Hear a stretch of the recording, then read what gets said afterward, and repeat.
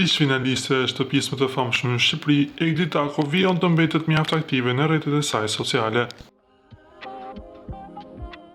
Së fundmi ja ka ndarë për fancat disa imazhe në llogarinë e saj Instagram. E veshur në të bardha, ka bërë që Egli të shkëlqejë në paraqitjet e fundit.